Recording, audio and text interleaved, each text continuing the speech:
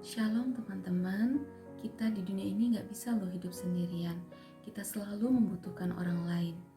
Waktu kita lahir, kita butuh dokter, bidan. Kita butuh orang tua kita yang membesarkan dan mendidik kita. Kita juga butuh teman-teman, teman SD, SMP, SMA, bahkan hingga teman kuliah. Teman tempat kita bisa bekerja sama, tempat kita ngerjain tugas kelompok. Teman adalah orang yang bisa menemani kita, mendengarkan keluh kesah kita, dan bisa menolong kita ketika kita membutuhkannya. Teman adalah orang-orang yang ada di sekitar kita yang membuat kita maju dan berkembang. Satu level di atas seorang teman adalah seorang sahabat. Seorang sahabat menerima kita apa adanya.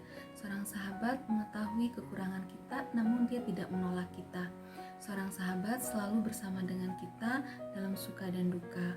Firman Tuhan berkata di dalam Amsal 17 ayat 17, seorang sahabat menaruh kasih setiap waktu dan menjadi saudara dalam kesukaran.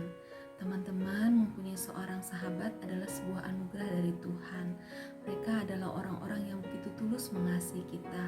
Dan mereka juga adalah orang-orang yang tidak segan-segan memberitahukan kelemahan atau kesalahan kita.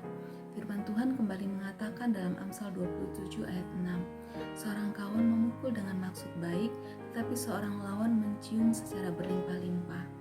Pernahkah teman-teman berada pada orang-orang yang hanya memberitahukan hal-hal yang baik kepada kita, atau orang yang hanya ada pada saat kita senang?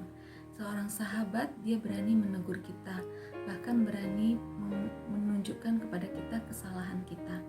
Contohnya ketika kita berlaku tidak sopan atau ketika kita tidak berintegritas.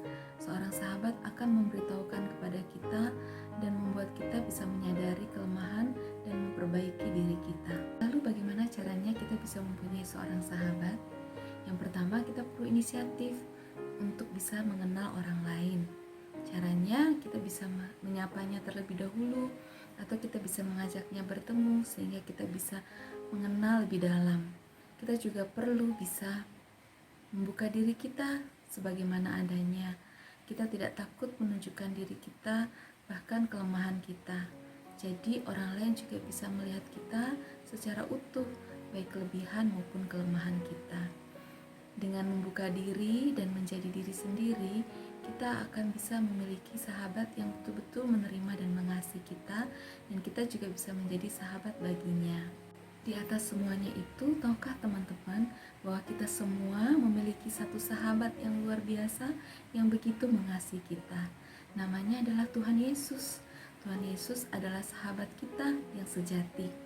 Firman Tuhan berkata di dalam Yohanes 15 ayat 12-14, inilah perintahku, yaitu supaya kamu saling mengasihi seperti aku telah mengasihi kamu. Tidak ada kasih yang lebih besar daripada kasih seorang yang memberikan nyawanya untuk sahabat-sahabatnya. Kamu adalah sahabatku jikalau kamu berbuat apa yang kuperintahkan kepadamu. Tuhan Yesus adalah sahabat yang begitu mengasihi kita, bahkan dia rela mati di kayu salib untuk menebus kita, supaya dimanapun dia berada, kita pun berada. Karena Allah adalah kekal, maka Allah ingin kita juga berada dalam hidup yang kekal. Sebagaimana firman Tuhan yang mengatakan untuk kita saling mengasihi, kakak mengajak teman-teman juga untuk bisa mengasihi orang-orang di sekitar kita. Kita bisa menjadi sahabat dan mempunyai sahabat bila kita mau inisiatif untuk mengenal orang lain lebih lagi.